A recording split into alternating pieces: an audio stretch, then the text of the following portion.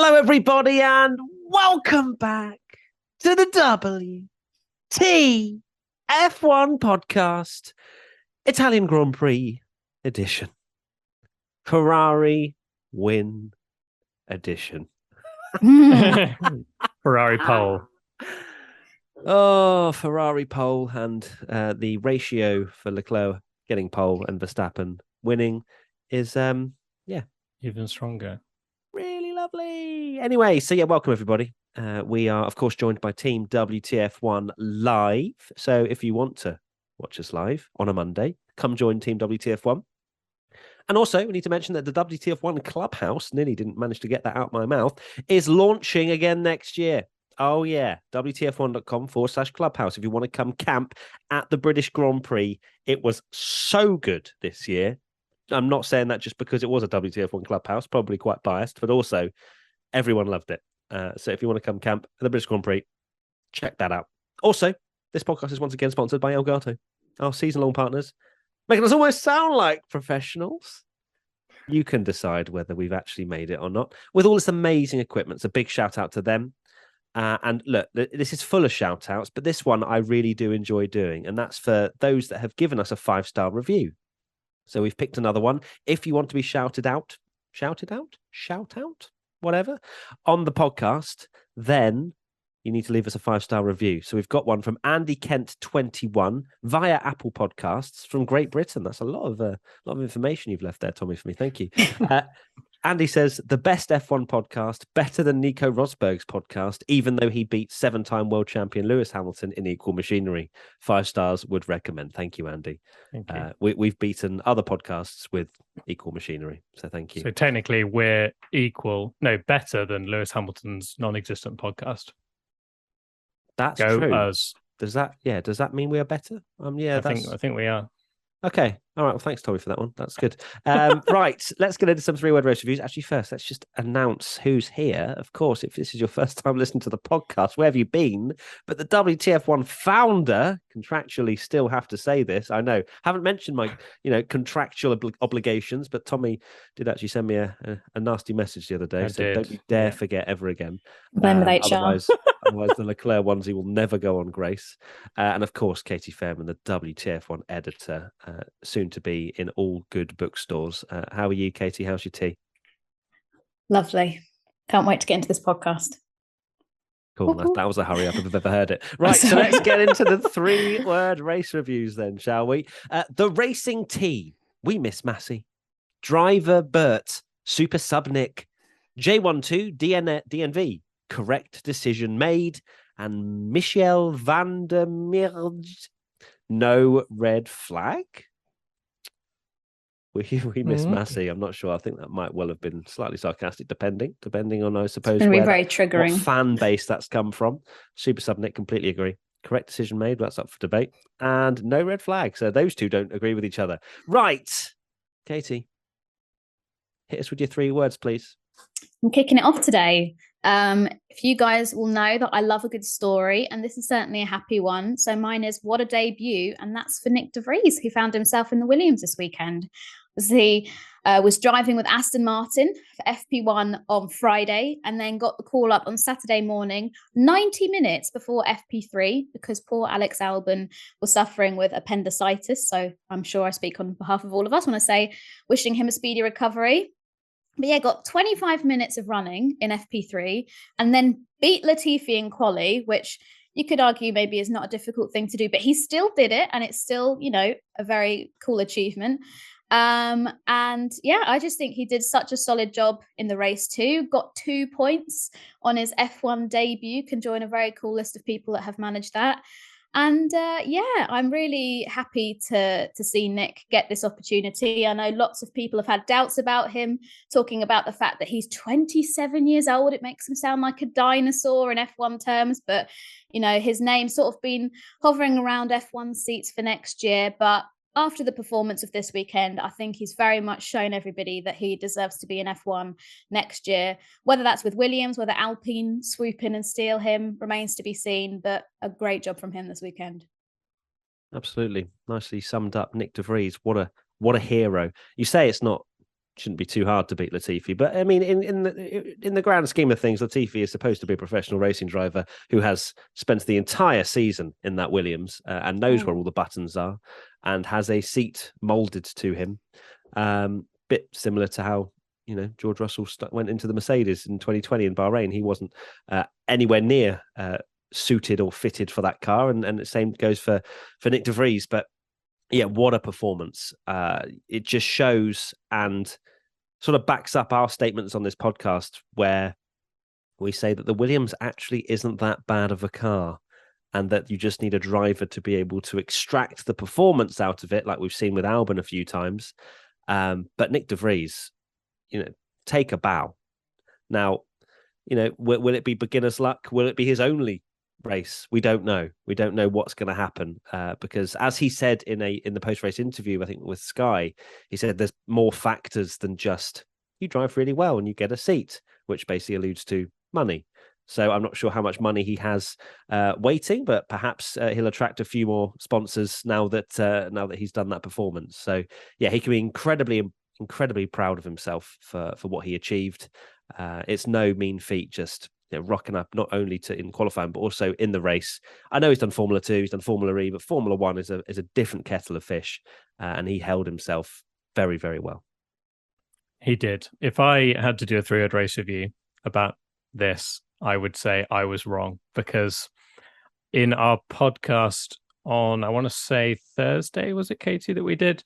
I was there. Obviously, we didn't know Nick de Vries was going to be. We knew he was driving the Aston, which again is a very weird situation that he essentially drove 2 different cars for the first time that anyone's done that since the 60s. And I think it's only happened like twice before or something. So drove 2 different cars in the same weekend.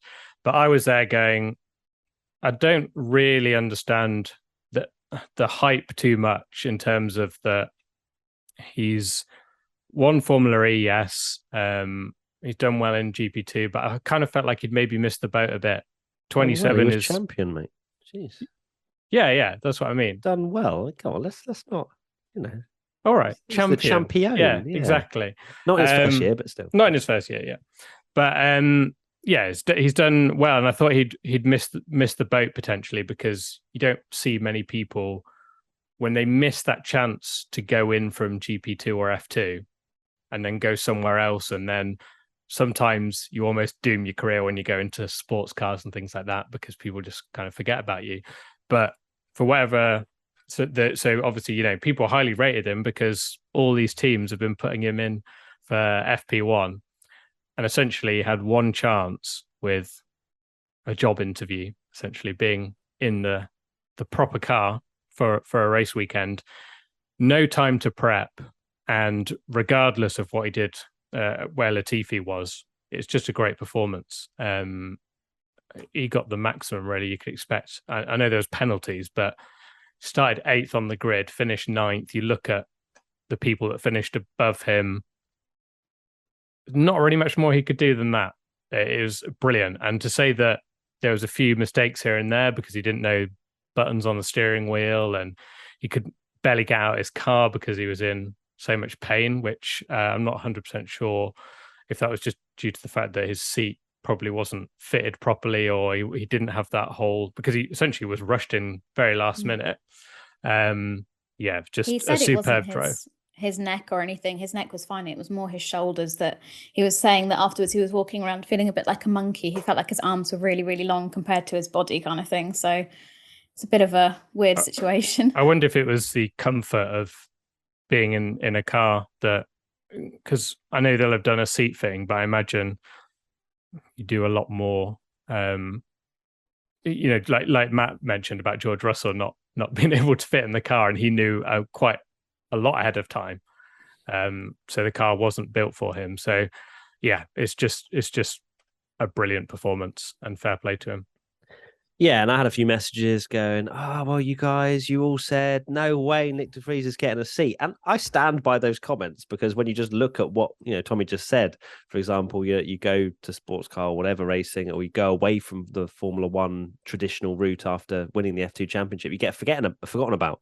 And this opportunity would never have arose had Albon not had the appendicitis. So he has smashed it, and I'll fully put my hands up and say that he's proved himself now that he is better than Latifi after one race, and that's all he needed. But without that opportunity, I don't think he would have got a seat. That's the kind of the big factor here. Yeah, it gives a lot of people hope, because if you look at his career, like I was saying, in 2019 was when he won the F2 championship, and then since then he's done Formula E, LMP2 in the World Endurance Championship, European Le Mans, Formula E, European Le Mans, LMP2, Formula E. It's not the traditional route, is it?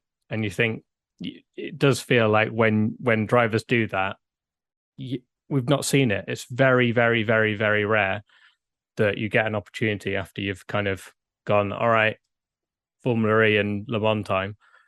But he's shown that he basically was given an opportunity and he took it. So fair play to him. And I think there's definitely going to be consideration now of him getting that seat. There definitely should be. At Dolpit27, Williams have already said they don't need pay drivers, and the only reason it makes sense to keep Latifi is the money. Will they act as a serious team and move for De Vries now for the rest of the season? A 3-week break on the sim will help. If not, how can they possibly justify it? I mean, I was fully on board on the bandwagon. I even put a tweet out saying petition for De Vries to be in in the seat for the rest of the season alongside Albon. Of course, there is the big issue of contracts. Not every team can afford to do a severance to that contract. Williams probably being one of them, being a smaller team, because I'm sure it would cost a bit of money to get rid of Latifi. So it's whether or not they can afford that.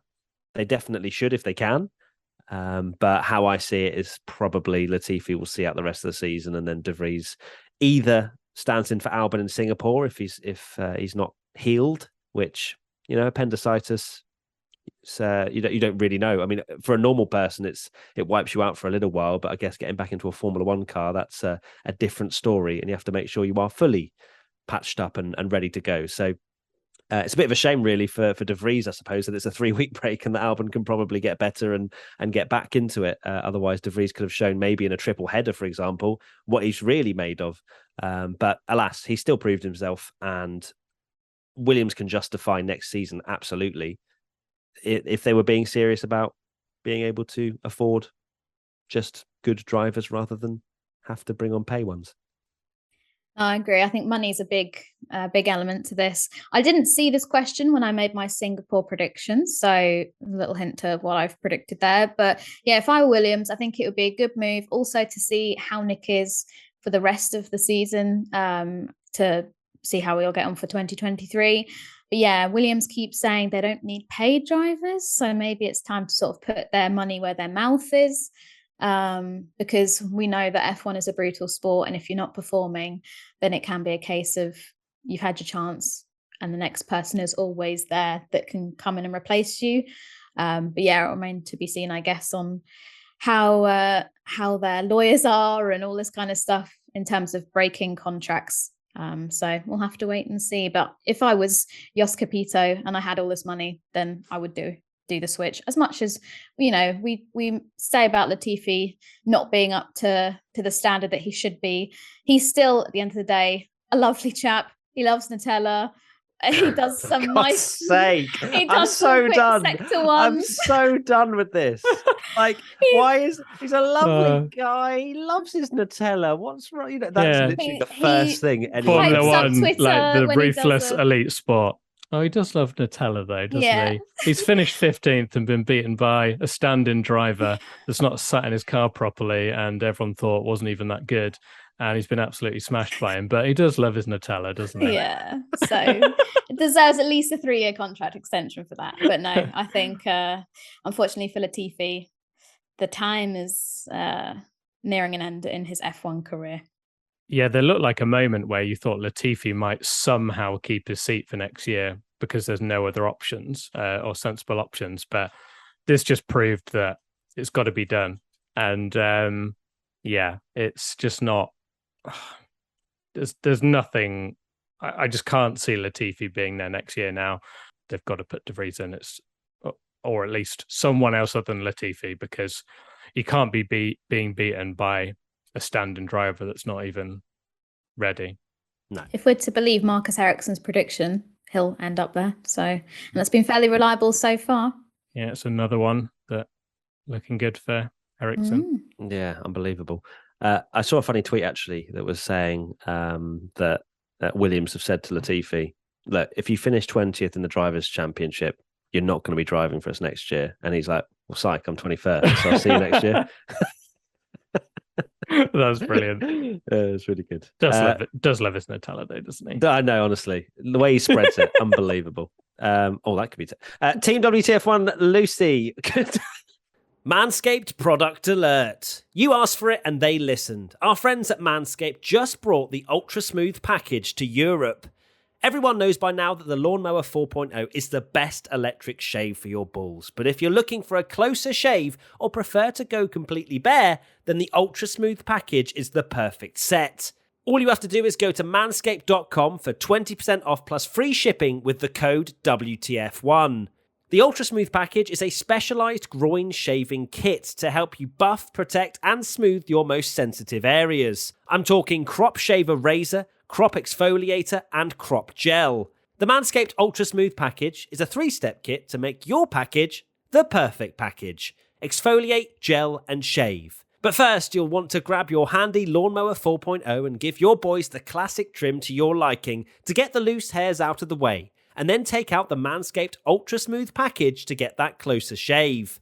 Step 1, use the crop exfoliator. Step 2, the crop gel. And step 3, it's time to shave. The crop shaver is not your average shaver. It's smaller, thicker, with a micro comb bar that allows for the best shave possible from any angle. It's time to get up close and personal with the best tools for the job, the Ultra Smooth package from Manscaped. Get 20% off plus free shipping with the code WTF1 at manscaped.com. That's 20% off plus free shipping with the code WTF1 at manscaped.com. Smooth out your fellas with the new Ultra Smooth package from the fellas at Manscaped. Team WTF1 member Lucy, could Alex Albon have done better? Will he see this as a missed opportunity? I saw a few comments. Oh, imagine what Alex could have done in that car. I don't think there would have been much more that he could have done, to be honest with you. I think Nick de Vries did a great job. I think maybe P8, P7, maybe. I don't know, because that Williams clearly worked very well in the hands of Nick de Vries, but it's very hard to tell. De Vries may have performed better than what Albon would have done. So I think it's very much a moot point, really. But yeah, potentially a missed opportunity for points, definitely. But it doesn't really matter, as we've said in the constructors' standings. They're nowhere near 9th. And they only seem to work on high power tracks. We're going to Singapore next, so I fully expect them to be out in Q1. Yeah, true. It's a great track for them at the end of the day. I think if you had De Vries and Albon in those cars, they probably would have finished maybe 8th and 9th. But it's a missed opportunity in the fact that Albon would have bagged some points for himself. There's no doubt in my mind that he'd have done that. Whether he'd have got any higher up the grid, don't think we're going into this point, so I'll just say it now. But my word, the fact that if you look at the top 6, I know we said this so many times, but this was the track, if any, where we were going to get that midfield podium. And the top 6 started 7th, 1st, 2nd, 18th, 19th, and 13th, and still ended up in the top 6. Like the two Red Bulls, 2 Ferraris, and 2 Mercs. Midfield don't have a prayer, so realistically, the best you can hope for is 7th. Lando's normally always best of the rest, so Gasly, I think, was maybe a shot if it had managed to get past in the DRS train and not been held up with Gasly with a different strategy. Maybe, but yeah, I don't think he'd have done a load spare. Maybe a P8, but it's only an extra couple of points that makes no difference in the constructors, like we said. No, totally. We knew the car was going to be good coming into Monza, which is why Tommy was smart with his prediction. If only he knew that appendicitis would get in the way for Monza. Well, yeah, I guess I'm not hearing any sort of chat about Tommy. I know what Tommy's got. I've already prepared my defense statement, so don't even bother. Don't even try it, Tommy. Oh no.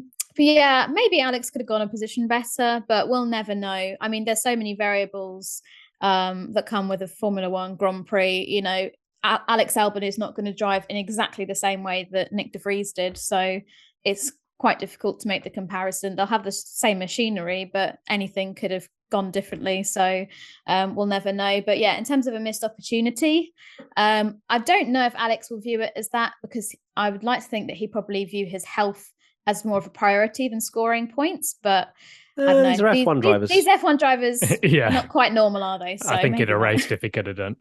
Yeah, 100%. In a lot of Madness. pain. The tweet was funny though, wasn't it? Yeah, I like his tweet. Yeah, Alex is popping off on social media last couple of months. Right, my 3-word race review. And mine is exactly as predicted. And that prediction was, of course, Ferrari being fastest at the start of the season, then tailing off and not having any pace to beat Red Bull. And it just keeps happening all the time. I need to cough ferociously. 1 second. There we go. Sorry. Allergic to I said sorry. bad It was Ferrari muted, so you pace. didn't hear it. But yeah, it's just, I'm just so done now. I just don't, I'd rather them they didn't get pole, because it's the hope that kills you. And it's just the fact that maybe this time, maybe for the Italian Grand Prix, maybe the home crowd will give them an extra 0.2. Maybe they'll stick in an illegal engine. Who knows? But none of which have happened. And yeah, it's great to watch, really. You know, just seeing Verstappen just close in. Then of course we have the whole strategy thing, which we will talk about with our next question. But I mean, it's fine, because as I think Tommy said in the last podcast, the one before that, I'd rather they have just thrown it all away now, and I know that Max is going to be the champion, rather than Max just slowly creep ahead and then win the championship with, you know, a race or two to go, and then it's pain. But either way, it's still lots of pain.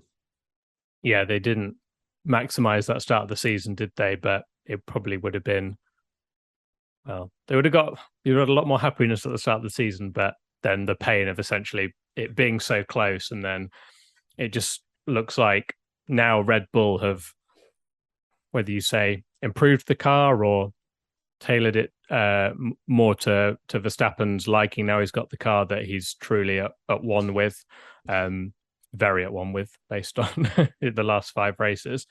And yeah, I think realistically, whatever Ferrari did in that race, Max was just there. I mean, 5 laps, Leclerc looking in his mirrors and seeing Verstappen behind him must have just been like, oh, for God's sake. Thought that'd take a bit longer, but Ferrari didn't have the pace. They're still got a very quick car, but Verstappen's just looking ominous.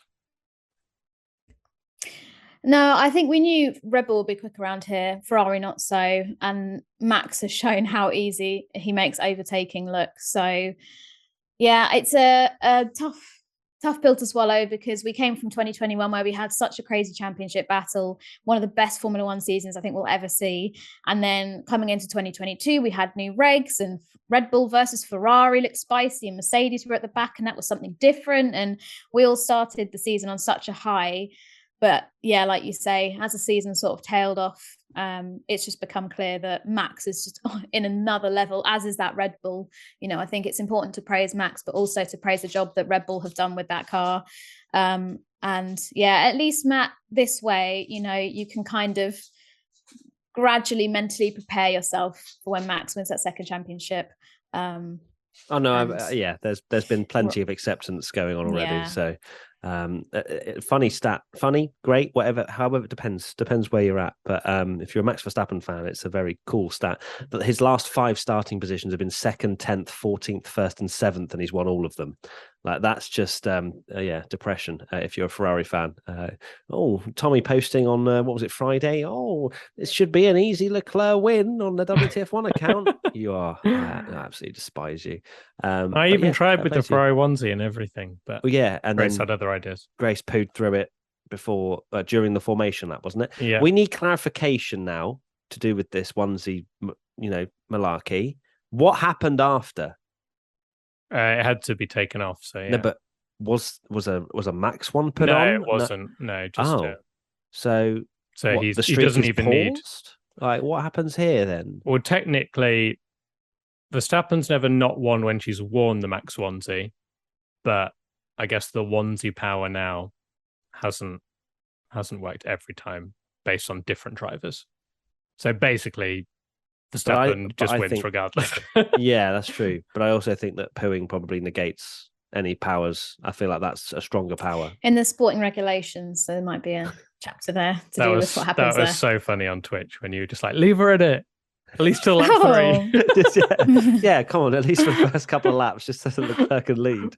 But yeah, thank you, Tommy, for ruining the Grace onesie streak and Leclerc being the one that's the victim. At JWGNYNWA, I thought Ferrari actually had a good strategy today. Would love to hear what you guys thought. Now, we watch live on Twitch, if you don't follow us already, WTF1 official. And I thought Ferrari did do the right thing there. They were not the quicker race car.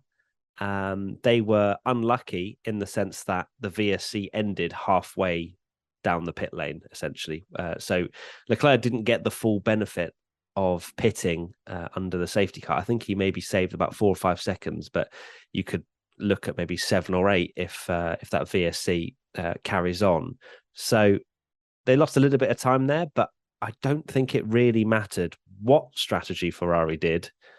Red Bull were going to win anyway. That last sort of 10-lap stint from Verstappen on the soft tyres in the first stint was ridiculous. He was the only person out there on softs for at least the last 5 and was pounding round laps that weren't that much slower than what Leclerc was doing on fresh mediums.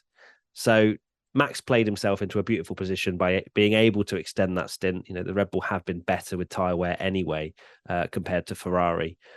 So yeah, it's a shame. It's a shame that we didn't actually get to see them race wheel to wheel. That's the thing I would have loved to have seen. Obviously, Ferrari acted on the VSC, which fine.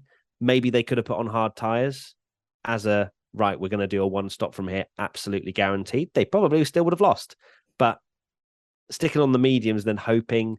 Obviously, they were hoping because of the fact that they gained a lot of time through the VSC that they could then lose a bit of time towards the end of the stint on the mediums. But unfortunately, they didn't gain that, so therefore they looked a bit silly. But for me, I back it. I appreciate that they went for something different, and I don't think they blundered. Katie. Oh, sorry. Hello? On the sheet, it says says MKT. that I must have changed since I switched it this morning. But yeah, no, I don't think the strategy was terrible. Carl wasn't as fast as you say there. So dazed by the strategy, just like. No, it's the thing we had this morning has changed since I copied the podcast sheet. But no, I think people are just naturally gonna really look at everything Ferrari does now through a microscope. That's 100% not a phrase, but we're making it one. That's the one. Oh, it is one. Yeah. Oh my god, gold Well, stuff. it makes sense. I'm not sure if it's an actual phrase, but okay. But yeah, everybody's gonna always look at the details. But yeah, they went for a strategy, didn't quite work out. But Verstappen, as we've alluded to, for like the last 100 races, it feels like he's just on another level. So nice try. It's hard to know what Ferrari could have done because Verstappen did look quicker, I guess. With Monza being difficult to pass, would Verstappen have struggled to get past Leclerc if he'd got his elbows out? I don't know if he had the pace, particularly because, as we know, Ferrari struggled later in the stint. At the start, he could hold him off, but I see why they did it. Under the virtual safety car, you essentially get a lot of a lighter pit stop, and it just meant that it was worth the gamble, really. Maybe in hindsight, stayed out, done the same strategy as Verstappen, but the way Verstappen, like Matt said, just held on with those soft tyres anyway, he'd have got the undercut, or at least just had such fresher tyres at the end that he would have just been able to sail past Leclerc anyway. So I think Ferrari were doomed either way. So I don't think you can be too harsh on them. For once. That's well done, Ferrari. You did all you could. And that's what I said at the start of the race, I think, on our Twitch live stream. I said, like, if Red Bull just beat Ferrari on pure pace, I'm okay with that. I wasn't okay with that, but at least I'm more okay with it than if there's when they race don't throw it strategies, away and stuff. Being a complete mess. Cool. Well done, Ferrari. We didn't have to have an entire 45-minute segment on how they messed up something. Tommy, what's your 3-word race review? Mine is change finish rules. And this is in regards to the fact that it was a shame to see the race end under safety car. A lot of the drivers were miffed about it. The fans were miffed about it. And I think Formula One's in a difficult position where you always have this argument, don't you, of the show versus the sport. And you can understand why some people are just like, well, they're the rules. Sometimes races end in a boring way. Deal with it. But in my opinion, if I'd paid £600 for a grandstand ticket, sounds like Monza wasn't particularly great experience for a lot of fans anyway. Flights, hotels, all that kind of stuff. And then you have to watch the finish just trickle behind the safety car and you don't get a proper finish. I think that's a shame. And I mentioned Abu Dhabi on Twitter, probably not a good idea because obviously a lot of people are still hurt by it and that's understandable because it was ridiculous. But the way that ended, you can kind of see why the teams banded together before Abu Dhabi and said, we need to make sure this doesn't end under a safety car because it's very anticlimactic. And I feel I'm surprised after Abu Dhabi that they didn't essentially write some kind of rule in, because the debate's been brought up again that it's finished behind the safety car. Yes, it was actually done properly this time in the fair way, but I can't believe they didn't at least try and put something in, even for the situation if it did decide the championship again, that they say, well, let's red flag it or something. If there's 5 laps to go and there's a safety car, get the red flag out and we have a standing start and maybe people don't get to change their tires or something. But at least put some kind of rule in place to stop that safety car finish, because it is a shame for the fans. It was a shame. Formula One finds itself in a very difficult spot now, I think, with Drive to Survive, with this whole new generation of fans coming in, and they're trying to keep everyone happy, and it's all about the drama and the controversy and entertainment and everything like that. That they find themselves in a very different spot where perhaps some rulings that have been part of Formula One for many, many years now needs to potentially evolve and change. Danny Rick pulled over on lap 47 of 53. There's no way we should have had a safety car finish. That there isn't. That there was plenty of things they could have done. I think the safety car could have actually caught the queue at a better place so that there was more time for them to move it. Of course, there's a lot of chat about the fact that the pickup truck, or whatever you want to call it, was actually on the track reversing whilst the cars were going past. That, for me, it doesn't matter how slow they're going. Like, surely that's a bit of a hazard in itself. You've got a car swinging around. It was reversing at quite a rate of knots as well. They were clearly being told to hurry up. We're trying to get the race underway. And if we're all about safety and keeping things, absolutely 100% no risk, then surely you go, having that on track, reversing, other cars there, Marshall's on track as well, looks a bit dodgy.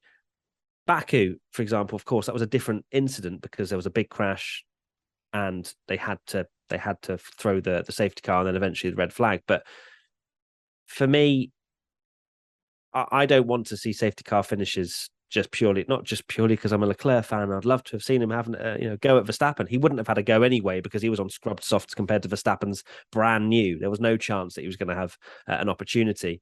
But it just feels quite flat to see a safety car finish. And I know this has been part of motorsport, but it doesn't necessarily mean it always has to be a part of motorsport. NASCAR have a green-white checker. They always finish under green one way or another. Lewis Hamilton, I think, said after the race, why do laps behind the safety car have to count or something like that, which I'm not sure how that would work because, fuel and stuff like that probably wouldn't work. But there's plenty of ideas and possibilities that could happen. But I think throwing a red flag might well have just been the safest option. It gives us a great grandstand finish. It ticks all the boxes. Is it fair? Well, probably not. You might get Harry Kane on Twitter like after Abu Dhabi going, why are safety cars thrown? I don't understand. This is so unfair. But I personally think maybe in the era of 2022 Formula One and beyond, safety car finishes aren't the best thing to have, unless it's literally lap 52 or 53. Then you go, all right, fair enough. But that was lap 47. There were 6 laps to go. Now, I think changes could be looked at. I mean, as an F1 fan, and I've been an F1 fan for a long time, I kind of just accept that sometimes races will end under safety car. I think it's happened 10 times where a Grand Prix has finished behind a safety car. And then apparently, additionally, 5 Grand Prix have been ended prematurely whilst under safety car, like Belgium 2021, for example. But of course, I've not been at a race where that has happened. So I can imagine it's incredibly frustrating. Also worth mentioning, some of the support series races ended under weird circumstances, F3 championships being decided in the pit lane or whatever it may be. So generally the Monza crowd got a bit shafted when it came to like the end of races. But it's a difficult one. I think it's important that Formula One look at improving it for the future, because as you say, Matt, there was 6-7 laps left, really shouldn't have ended under the safety car, but the FIA have defended their decision. Ricciardo's car was stuck in gear, so it meant that it was difficult to get rid of. In terms of throwing a red flag, for me, if something is given a red flag, it's because maybe there's debris everywhere, there's damage to a barrier, where this was just a case of a recovery vehicle on track, which is naturally very uncomfortable for everyone to see.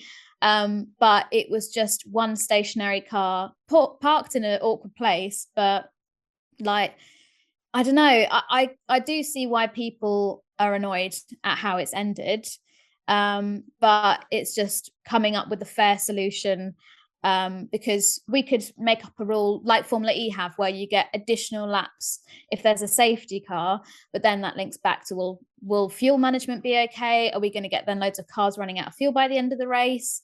Or it could be that we implement this change and then in 3 years' time, when there's another safety car ending and they add this additional rule, that it shafts somebody else.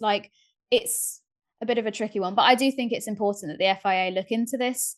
Because for the people that have traveled over there, it's not nice, and also the millions of people watching on TV. But according to F1 Wikipedia, which I don't like using Wikipedia, but sometimes it's the only place I can find the information. Apparently the 2020 Bahrain Grand Prix was the last race to have finished behind the safety car. So yes, that's 2 years ago, but it's quite an uncommon occurrence. And sometimes, if there has been an incident, it's not quite as easy just to throw a red flag, although we did see that in Baku. So I don't know. There's a lot of ideas floating around, but I think as long as the FIA get input from drivers, maybe even from fans, because they're the ones paying to be there, from teams, and coming up with a solution maybe for the 2023 season of how it kind of works, because naturally it's left a lot of sour taste in a lot of people's mouths. We did a poll, 23,845 votes, 60% said F1 races shouldn't be allowed to end under the safety car. 40% yes. So it's close, but still in favor of not having it. And I think it comes down to the fact that when you're watching 20 races at home, then fair enough. Okay, the odd one's boring, but if I was a fan in the grandstand, you do feel a little bit, you're not robbed in the same way that you are a Spa 2021. But if I'd gone to Monza and forked out, more than the price of a holiday, because F1's damn expensive now to go to, and then the race just ends like that, which, okay, yeah, that it does happen sometimes, but doesn't mean you can't be annoyed about it, because you go, oh, I paid all this money and the ending was a bit meh, and then it's like, oh, that's it, I go home now. So yeah, and I think sorry, Matt, you go. That's okay. I was just going to reflect back on Baku, where obviously we had that very late red flag. I didn't really see anyone complaining that we had that last couple of lap shootout. People loved it, right? Yeah, exactly. So yeah, it might be, people might say it's gimmicky or it's forced. Everything's a gimmick in F1 nowadays. Is that That's the thing, is that you won't be able to please everybody, no matter what you do. We learned that firsthand. We're literally with racing our in a opinions. sport where there's different tire compounds. They have a little flap that opens up so they can overtake easier. They have sprint races. They have qualifying. They have knockout qualifying. Like, everything's a gimmick, really. There's so many gimmicks. Formula One, the gimmick argument, I don't feel like there's any reason you can't make a sport more exciting and enjoyable for everyone involved. Because at the end of the day, it's not even like, even Lewis Hamilton was like, and of all the people that are going to want a safety car ending, just finish under the safety car after everything that happened, it would be him. And he was like, yeah, it sucks, doesn't it? Like, I would have liked to have carried on. Maybe we can do this. Maybe we can do that. And even all the drivers are miffed as well about it. So perhaps not all of them. Not all of it. The ones that managed to keep their position, like De Vries, Zhou, were all saying that they were happy about it, but that's because they were able to just they benefited. So I think maybe one solution, right? The marshals ascertain whether they can recover and remove a particular vehicle within 2 laps.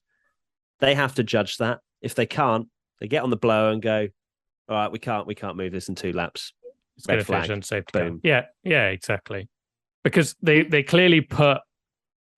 clearly so desperate to get it finished that they kind of messed it up, and it was a bit farcical, and they had the recovery truck on track. So they were trying so hard to do it that it makes you think, well, why not just red flag it then? If you're that desperate for it not to finish under the safety car.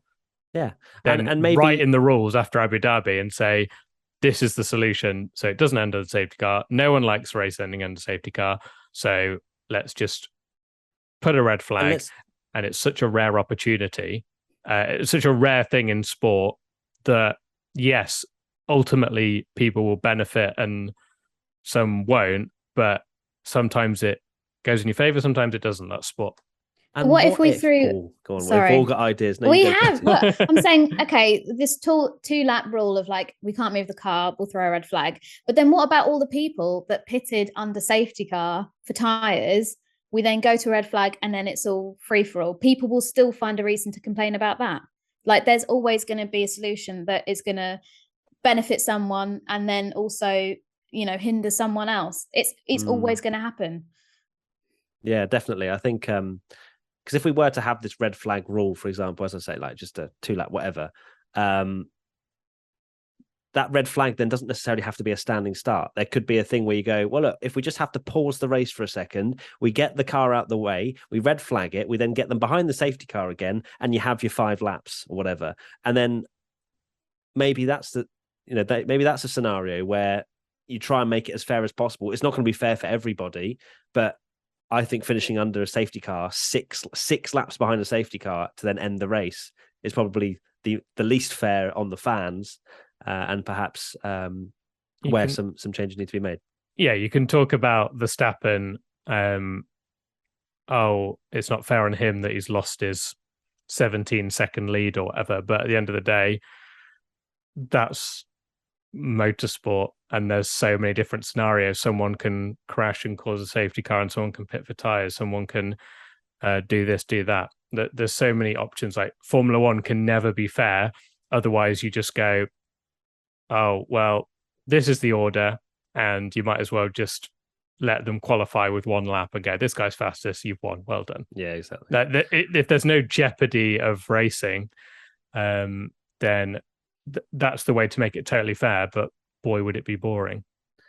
So I'm sure everybody listening and watching live will have their own comments and thoughts and think we're washed or agree with us. So please do let us know in the comment section what you think. And we'll actually go into the first question. So maybe we've covered all of them already, but let's see. Azteca Lad, why are people arguing now that races shouldn't finish behind safety cars, while in the past we've even had championships decided behind safety cars? Well, I think for this one, it's just general evolution of sport, right? Like, this is something where just because it's happened in the past doesn't mean it's now fine when we want to talk about it. And Formula One is getting bigger and bigger and bigger by the year. More fans are coming in, more fans that are newer to the sport and have a different appreciation for Formula One than perhaps older, hardcore fans like ourselves. And sport has to evolve. It has to change. Football has VAR, depending on whether you accept or don't accept that. And I saw some people saying about 0-0 draws, and well, they all have 0-0 draws. So why is a safety car finish like any different? Well, for me, I'd argue that in football, if someone's injured, they don't just roll around the floor for 5 minutes and then it's the end of the game. That 5 minutes gets added on at the end of the game, and you still get to see the finish of a football match. But True. This isn't about football. This is about Formula One. And yeah, I'm just saying that I think just because it hasn't changed in the past doesn't mean that fine. That's the rules now till we all die. Yeah. Exactly. I don't know anything about football. You could say I don't have much ball knowledge, which actually is going to be clipped. Oh God. But with football, if you have 0-0, that's not it though, because you then, if it's like a big game, if it's like the Euro finals, if it was 0-0, does it then go to extra time and then it goes to penalties? So there's always an outcome. They have to fuel the players as well. They have to stick a little nozzle in them. And but then I guess the argument is someone is winning. Yeah. So someone there's always a whole wins at the end of the 0-0 day. argument. You get there will be you get a winner. that climax. Hmm. God, stop it, you two. Yeah. Back to the question. But you do. You do. As much as people. Like at the end of the day, sport does evolve, and it shouldn't just be just because. Oh, well, actually, in the 50s, everyone went around, and the gaps were 50 seconds between them. Like so many other sports have evolved to make it more TV friendly. At the end of the day, it's not just Formula One. And yes, it can be a bit gimmicky, but why can't a sport be entertaining as long as it doesn't go down an absolute ridiculous route? Because at the end of the day, you're still getting the best drivers and the best teams ending up the winner at the end of the season and stuff. So as long as it's not so ridiculous that you go, well, actually, no, the Williams won, because that's more entertaining. But in terms of safety cars and things, I think people are in their right to say, well, a sport should end under green flag conditions, because the people on TV are disappointed. Imagine, again, I can say back to it, but imagine that you've paid all that money to go sit in the grandstand and you just feel a little bit like, oh, ends on a bit of a bummer weekend. Especially with the ticket prices going through the roof these days. And the awful experience that it sounds like some fans had anyway. Yeah. With queuing for 700 hours for a bottle of water. Sorry, a token, and then another 7 hours to get a bottle of water. Sounds ridiculous. So yeah, I'm going to be compiling and doing a YouTube video for that this week. So we'll go into a bit more detail, use some fan stories and things that they've said, and make sure that we cover it as much as possible on that, because we've obviously had a few things and people not being supported, and some Ferrari fans telling Max fans and Red Bull fans to take off their merch or they can't sit there and things like that, and it angers me incredibly. So we're going to do a full-blown video on that one. We'll probably touch on that then. Team WTF1 member E-Flat Major: why did they let the cars go on track while there was a crane removing Ricciardo's car? That sounds very, very illegal. Why did they do that?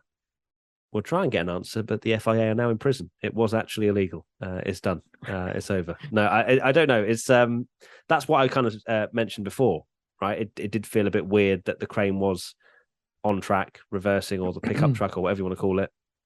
And it looked like they were in a rush. And I imagine there may well be some kind of investigation into that as to why that was decided that way. Was it because they were just trying to rush to get it underway? And if that's the case, surely rushing safety means that it's not actually that safe at all. And there should be other parameters put in place, red flags. And they said, the FIA were like, it wasn't a big enough situation for it to be a red flag. I would say reversing a crane with Ricciardo's car on it, swaying around with two or however many marshals around whilst the cars are going past, is enough of a situation where you go, we can't move this very safely. And they weren't even under virtual, which is the thing that they implemented to basically with a virtual, you're always doing a constant slow speed, whereas in a safety car, you can speed up, slow down, and hit a delta. So in theory, people could have been flying faster. VSC is the same. You just Sorry, have to hit a delta. But some people like come round and catch the safety car and stuff. So it's just a mess, really. I don't know why. It's just one of those things that, after what happened to Jules Bianchi, I hope I'd have never seen a tractor kind of on the track again during a race. And it happened was it Turkey that time? Well, that was when it was green flag, wasn't it? But even this, it still doesn't look great, because all it takes is someone to lock up their brakes or warm their tires, and they're spinning and going and hitting it. So yeah, not good. No, I said earlier, it makes for very uncomfortable viewing, I think. We see it in Formula E as well, which I also hate, but everyone, I think, pretty much gets Japan flashbacks with what happened with Jules. But I would quite like to see it. I don't know how possible it would be, but at like Monaco, or we saw them in Zandvoort, they have all of the cranes that reach up really high and are behind all of the walls, so they don't have to rely on bringing out these cherry pickers. They can sort of sort it from behind and without a tractor getting onto the track. But I guess in certain situations it's unavoidable. But then, yeah, you have to say in situations like that, how many, how much can you risk that everything's just going to be fine? Because, as you say, it just takes one little mistake or whatever for something awful to happen. It was in a bit of a weird place as well, the car, and Ricciardo said that he couldn't see a what's it called, like a escape road, I think. Escape road, thank you. Yeah, couldn't see an escape road where he stopped. People were saying, why did Ricciardo not pull over to the left and park on the left when there was plenty of grass and stuff that he could park up on? So lots of things to look into. But yeah, also not helped by the fact that the car was stuck in gear. So it wasn't a case that they could just like roll it away. They had to bring out the cherry picker. You're saying it's a conspiracy and he wanted to help Max Verstappen, his old teammate? Oh, I saw somebody say, Daniel Ricciardo helped win the race for 2 people in 2 consecutive years. I'm like, one thing that was quite interesting about that, I saw you do that post, is the Monza curse hit again. Yeah. What everyone said about I'm not happy Leclerc, about it. But... Yeah, Leclerc won and then retired from the next race. Gasly won and retired from the next race. And everyone's like, Daniel Ricciardo is going to DNF. And sure enough, his car just said, "Oh yeah, the Monza curse." And so that means there's clarification that Max Verstappen's win streak will at least end in Monza 2023. So that's at least some sort 26 of hope there. races time. Yeah, cool, great.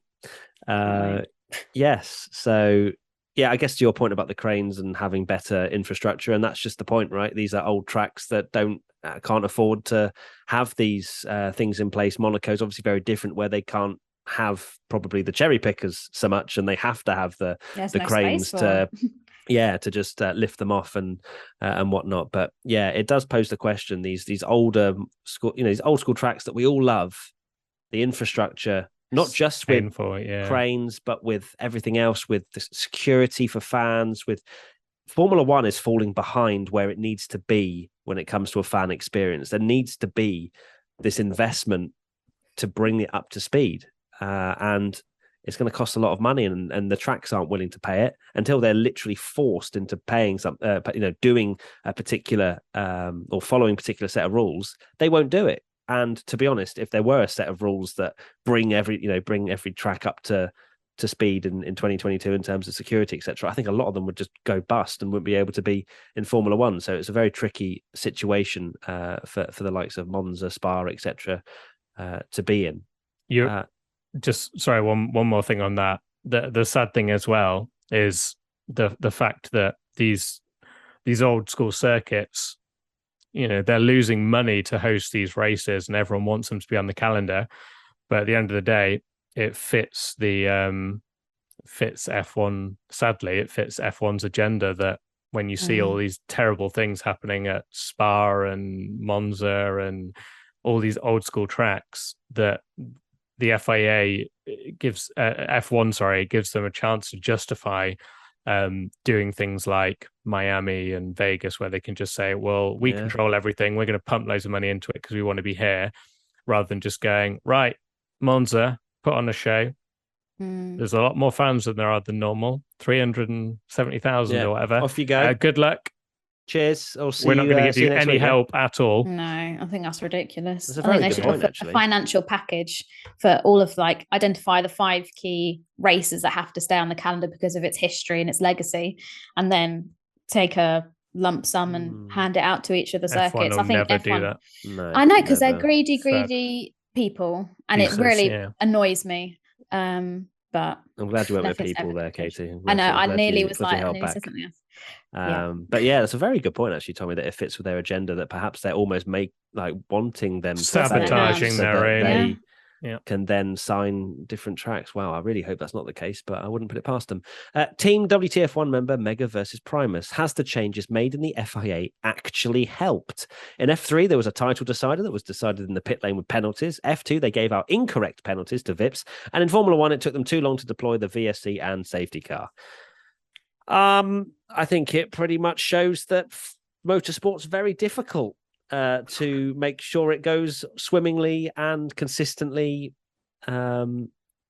It's difficult to say. Obviously, there's going to be a teething period where they make changes and whatnot, but yeah, it's still a bit of a travesty at the moment in every formula by the looks of things. But I don't really know what more we can do as fans to make it happen. Like, for example, Danny Rick out there on track just with double wave yellows. I was like, are you expecting Danny Rick to just hover off the track? And I feel like they're very slow with deploying a safety car. And whether that's because they're trying to deploy it at the right time so it's fair for everybody or whatever, but you think safety comes before anything else.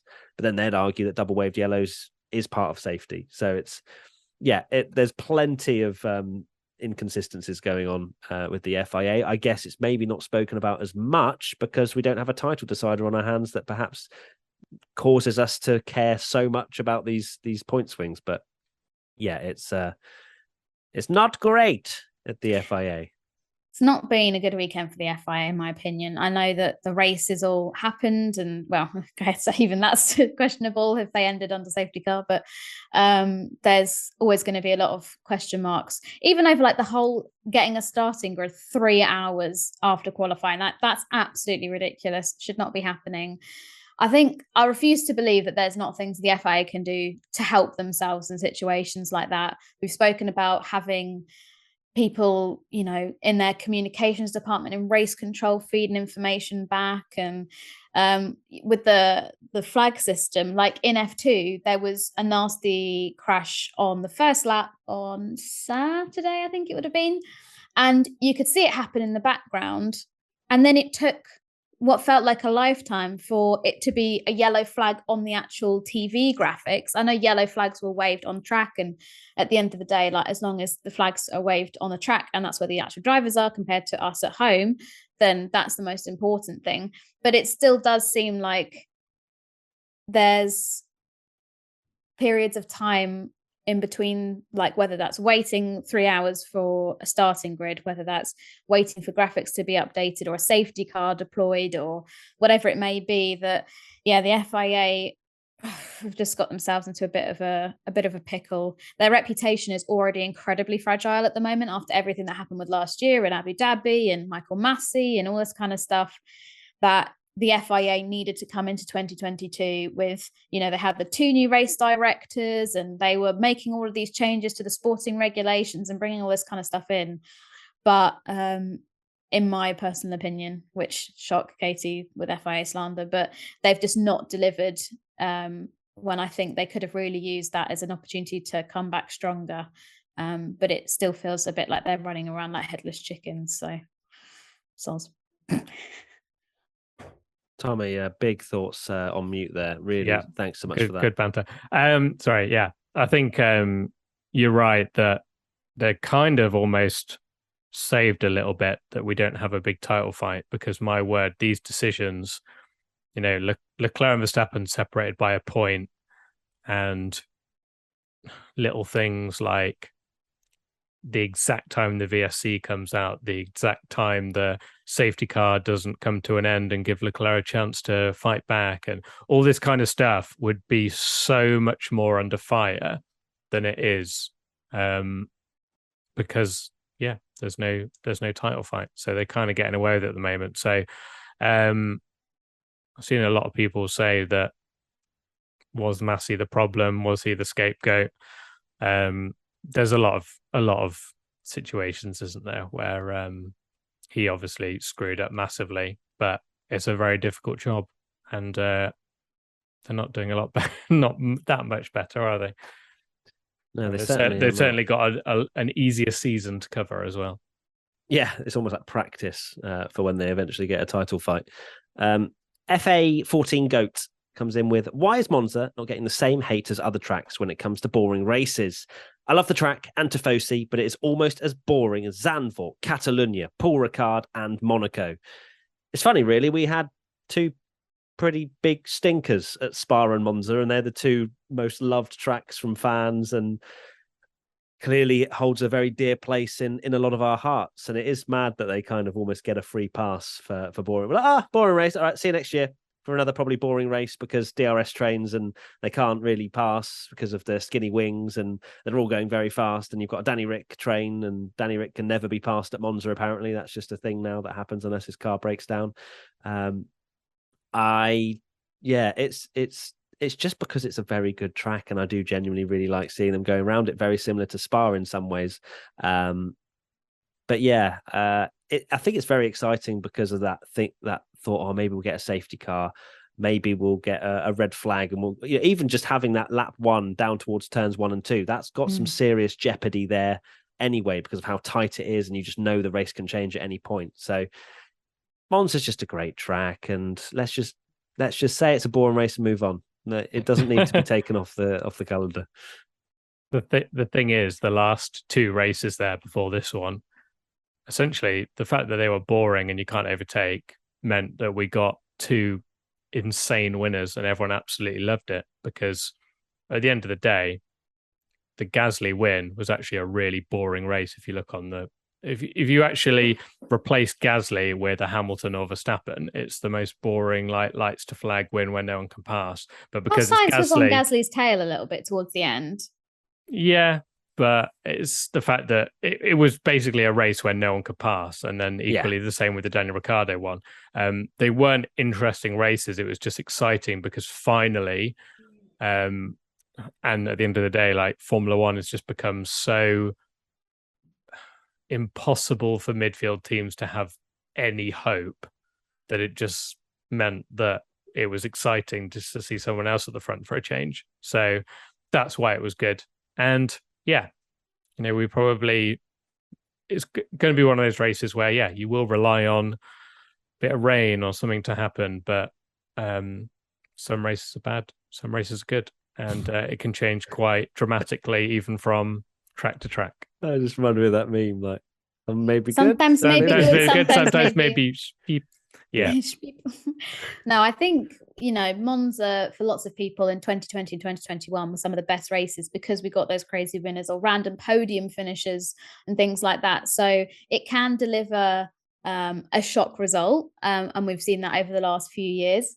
I think yesterday the race wasn't the most exciting we've seen all season, but generally I don't mind Monza. I'm not offended by it or whatever. And also, like, offended. That people will find a reason to be offended by anything, honestly. But also, I would say to this Fernando Alonso 14 GOAT, which I'm guessing was what the FA14 is, to say, watch the F3, watch the F2. They were crazy races. So it just proves that you can have decent races around Monza. Maybe F1's a problem. Maybe we should say F1's washed. F1. Yeah, been off F1. F3 around Monza is so good just, every year. It's crazy. It's because there's more time red flag for them and to slipstream. Unless they red flag it and sit on the pit wall. Yeah, true. For 25 minutes. And we don't talk about that. Finish. But up until then, it's great. Yeah, when they're racing, it's good. Yeah, slower cars work nicer around Monza because there's more time to sit in the slipstream, whack open the DRS, and you're flying. And that's, you always get the 3, 4, 5 wide moments in Formula 3 and stuff. So basically we need them in family cars.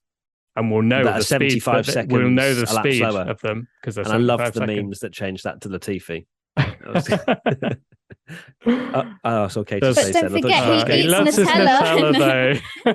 I'm joking. Love it.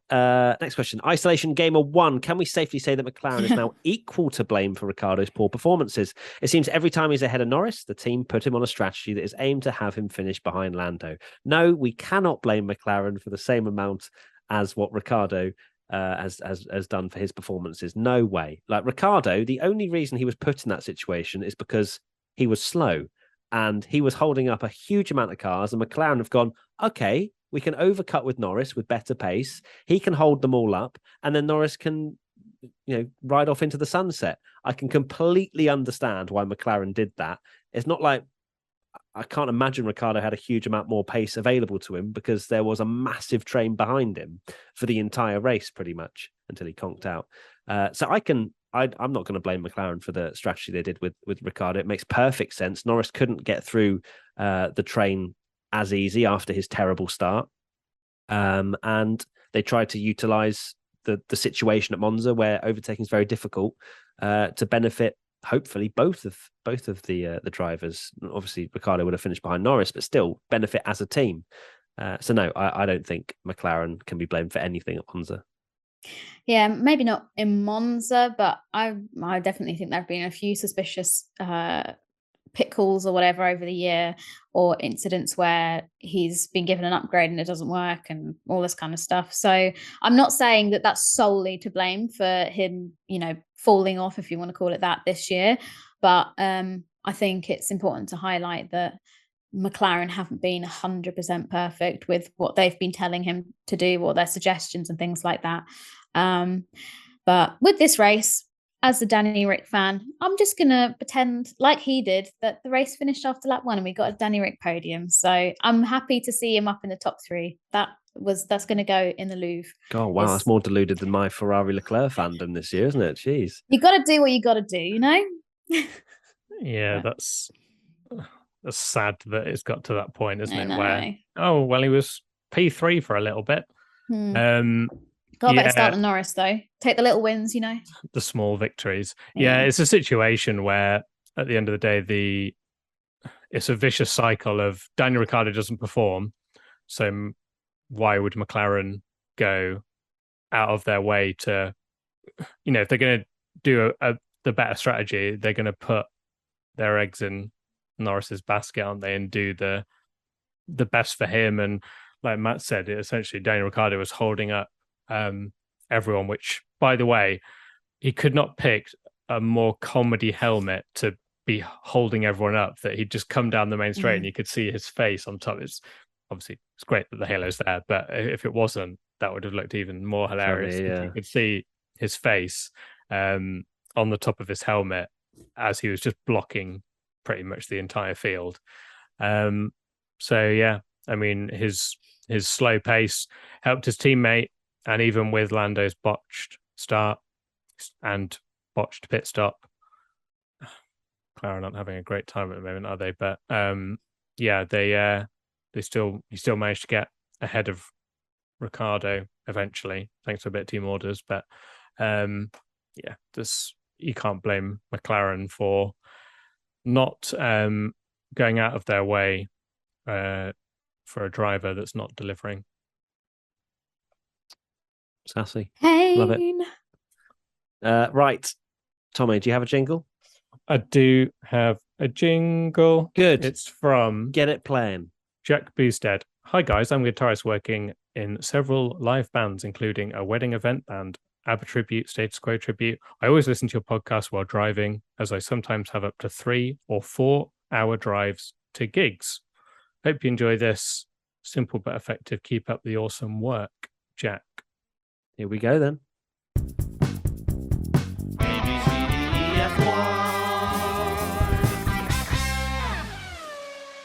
Wow, simple, effective, short but sweet. Short and sweet, like yeah. Boom. Love it. You, okay. And keep sending them in. Podcast at WTF1.com. We need more. Podcast at WTF1.com. We'll be forced to sing it every week, and you don't want that, so please send them in. You absolutely do not want that. Okay, right, ABCDEF one time. Let's start with Mick Schumacher. I knew. Do you know what? I had a feeling you were going to do that. Because I See, delayed. it's a little pause. I was like, Mm. oh, here we go. Where's he off to? Where's he starting? Right, Mick Schumacher. Very anonymous. It was. I felt, which I feel like we say about that most of the time. P12 for Mick. I'm going to go with C. Yeah, I think a C. Yeah, it's a shame. He was another one that was absolutely fuming about the safety car at the end. Was he? He Yeah, wanted to go racing. He did. P12. He saw an opportunity. Shock. He did not benefit from the safety car, and therefore he wanted the safety car to come in. Right. Next up, we have. So yeah, C, and then a C from the fans. Kevin Magnussen. 16th. Last of the finishers. Yeah, that's a solid D. What happened to K Mag? He got beaten by Latifi. He got a penalty for leaving the track. And he did. Yeah, he got 5-second pen. Oh, K Mag doing something wrong on lap 1? Surely not. Oh no, right? Surely not. That's an E. Yeah, I'm going E. Yeah, I guess we've got to put in some Latifi tax, haven't we? Literally. Okay, E from us and a D from the fans.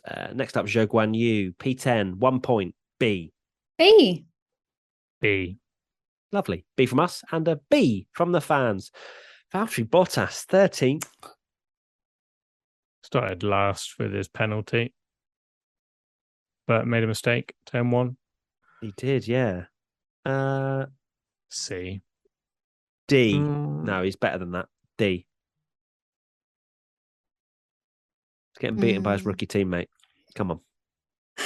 But who didn't have a penalty? But still, made a mistake. I'm really annoyed because apparently Alpha Okay, also have 2 power units in the bank, but they just gave him 1 here. And I was like, you ruined my prediction for points. So I'm... Oh, yeah, no, we'll go C because he started on the back. Yeah, C. Tommy? I said C. Oh, okay. C from us and a C. All right. C from us and a C from the fans. Nick de Vries, A star. A star. A star. And A star from the fans. Woo. Nicholas Latifi. I'm going to go with an E, not an F. Yeah. That's generous. Why? Because he beat Kevin Magnussen. He beat someone. Yeah. Well done. Gold star. I'm going to go F. He literally got obliterated by his brand new teammate that spent 5 minutes in the car. Yeah, it's not good enough. 25. But he likes Nutella though. Yeah, that is going to be. It would be an F, but he loves Nutella, so it's an E for me. Yeah. Where are you going with Tommy? N for Nutella. F. Yeah, okay. I think. Yeah, you convinced me, Katie. It's so bad. An F from us and an F from the fans. Lance Stroll. Wow, what a weekend to forget for Aston Martin. Yeah. Just had a problem with the car, didn't he? And yeah, that 39. No, he was out in Q1, D. But is that the best that they could get out of the car? Because also Vettel joined him as well. It's a couple of Ds. Double D for Aston Martin, maybe. I'll go for a D. Yeah, D from us and a C from the fans. Sebastian Vettel, D.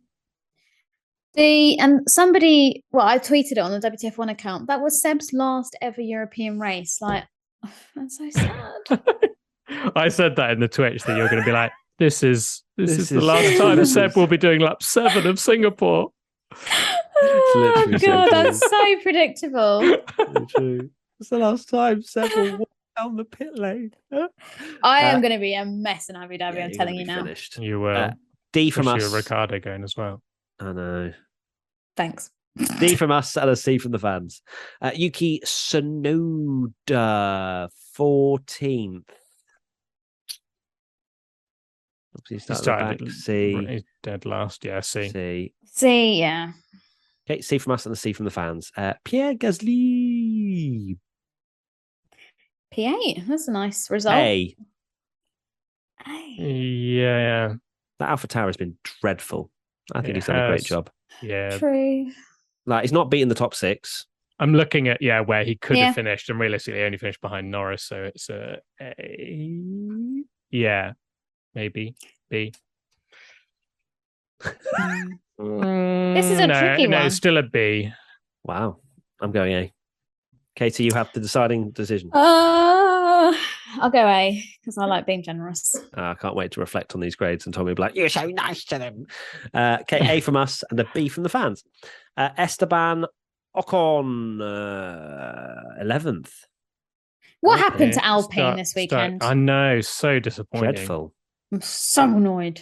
That was meant to be their race, wasn't it? They just weren't really on the pace. I was ready for they? a Fernando Alonso podium, I was vibing. I was hoping it was going to happen. Yeah, it did not. C. I did not. C. Can't even compare it to Fernando because Fernando's car blew up after saying, there's a problem with my car. And them going, we can't see it. And then the next lap, hi, Fernando, there's a problem with your car. Yeah, he was saying the deployment was wrong. And then he was like, no, it looks all good to us. And he was like, wow. Just wow.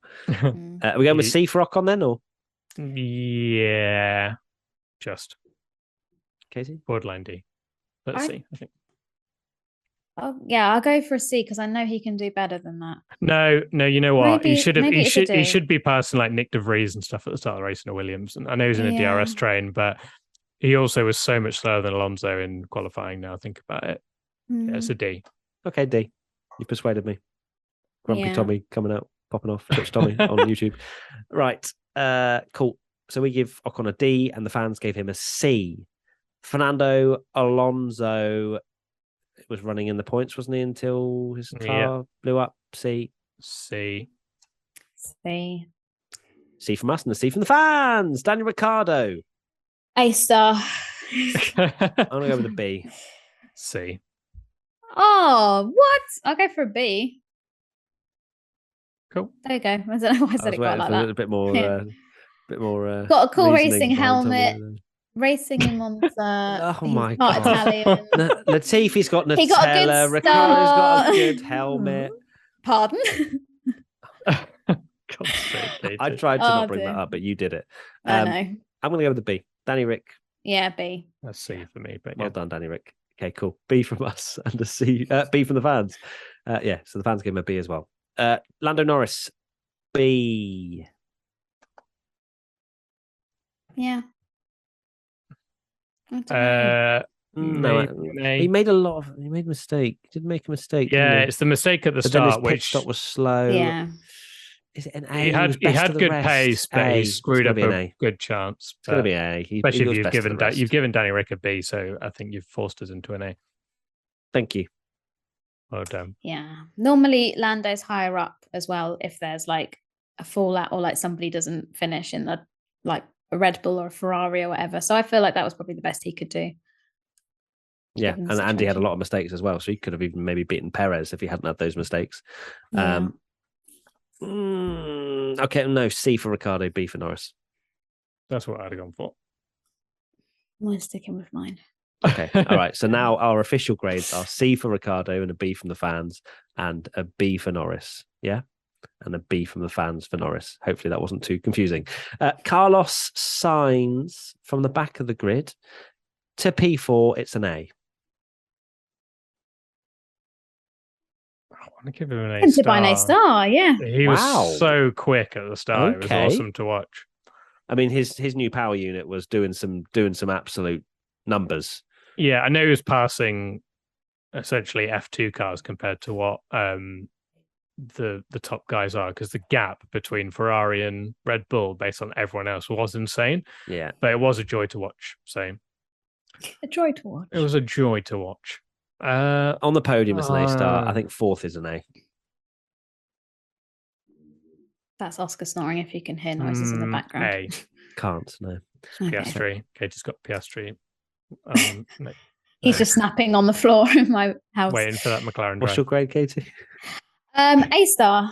Okay, so an A from us and an A from the fans. Charles Leclerc, A. A. A. Oh, I'm going to get cancelled for that. Can't wait. And an A from the fans. Sergio Perez had a brake problem. Was on fire. C. Still finished sixth.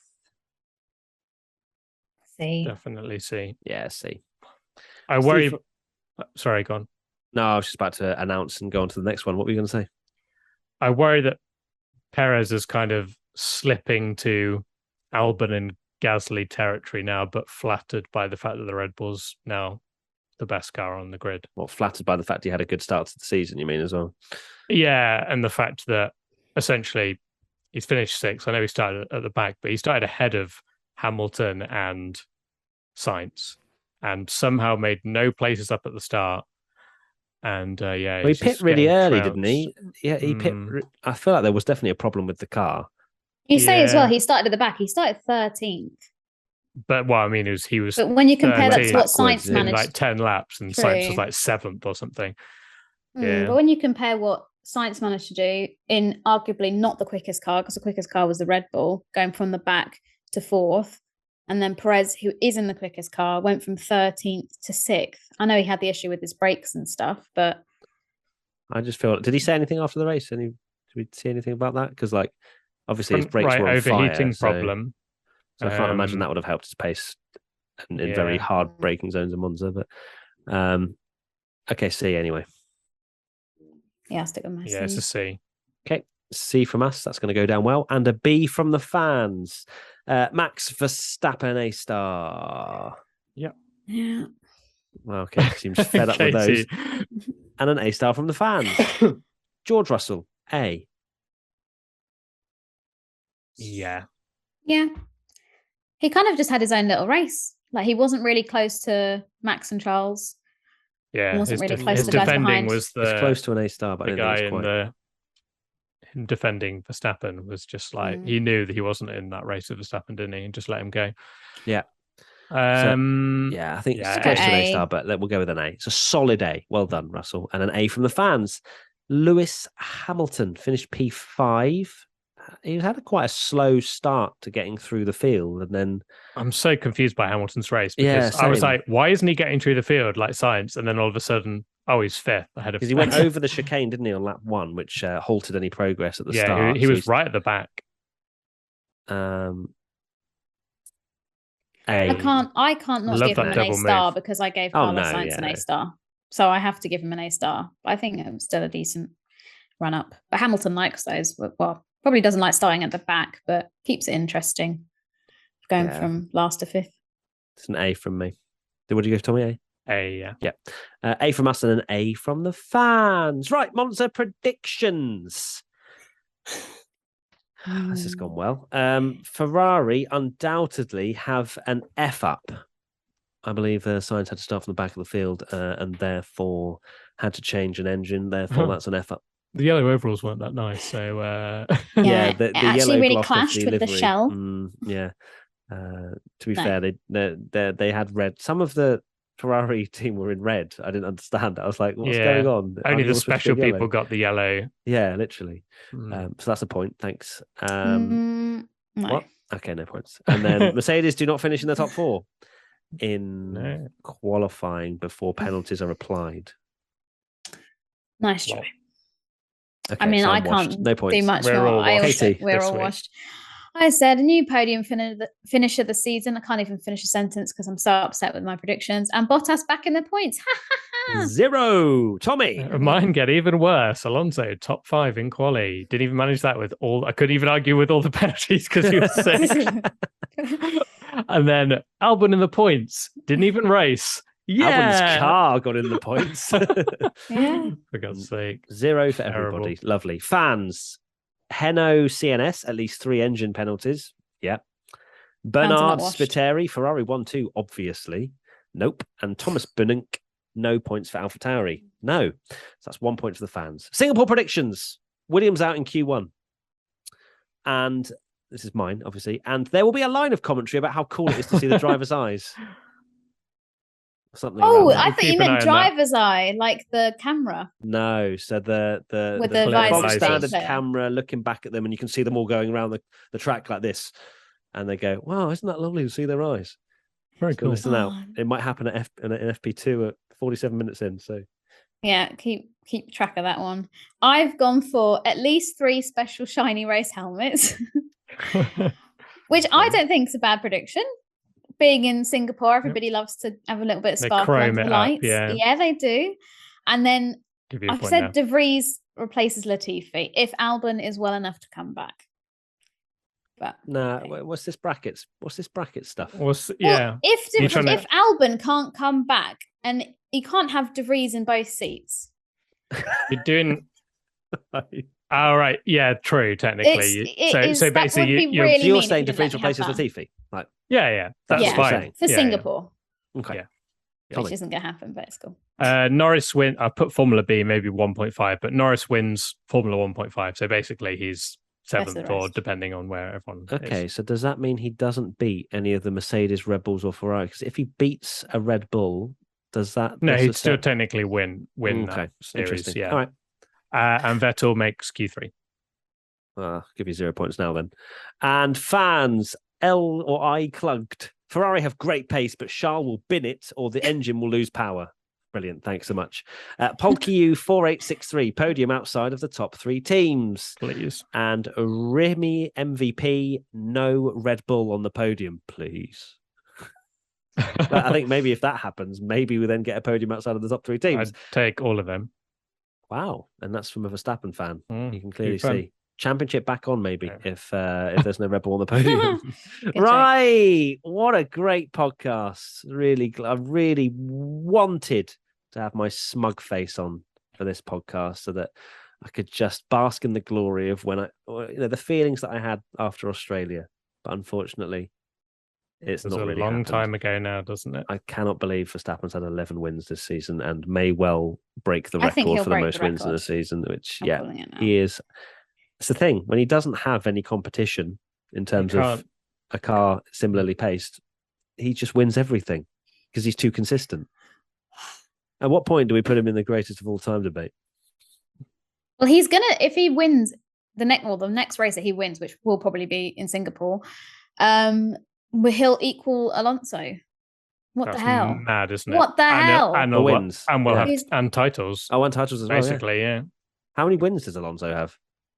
32? Yeah, 32. Max on 31. So illegal. Wow. Yeah, and that blows my mind because. And he's 24? Yeah, 24. He's going to break every record if he decides to stay till he's about 35, but I don't think he will. That's not the understanding, is it? But we'll see. Anyway, didn't really need to give Verstappen any more credit or positive vibes, but here we are. Why not? Thank you, everybody, for watching and listening. Give us 5 stars, and if you are lucky enough, we'll pick your review to be read out in the next podcast. So please do give us all the love over there. Hashtag WTF1 podcast if you want to send in your comments, questions, etc. And remember, we also have a WTF1 app, which is free, which you can download right now on any good app store. Remember as well, we have loads of merch going on as usual on the website. So go and check it out as well. shop.wtf1.com. We've got loads of new designs coming in every single race weekend. So you best believe there'll be something for you. And until next time, thank you, Tommy. Thank you, Katie. What's your final thought, Tommy? I thought I'd got away with that then. Yeah, I almost forgot. Well done to Dragovic. I'm looking forward to, because we've not spoken about them. The F2 and F3 title were won. So well done. Congratulations. Enjoy the money. I hope it makes you very happy. Yeah, he's going to struggle to get an F1 seat, and Martin's in the Alpine Academy, so neither will he. Damn, okay. Before I go to your final thought, Katie, I do need to also shout out that if you're in Team WTF1, this is about the merch, you can get 10% off all year round. And this month's code is in the newsletter that was sent last week. So make sure you go and check that out. And if you join, of course, we will send you one as well. So very exciting, 10% off. Go check it out. Right, Katie, final thought. So my final thought is that when we did our mid-season predictions, we, at the end of that podcast, said that we thought that in Singapore, that was the chance for all of these crazy things to happen. So I'm going to be manifesting a crazy race. But the reality is it'll probably be Max winning again. Yeah. God, you sound like me. You sound more annoyed than Matt these days. I'm not. I'm not Verstappen here. annoyed. I'm in my acceptance it's phase. like, you just- Katie's going through the grief right now. I'm Yeah. getting there. I'm slightly behind you, Matt, but yeah.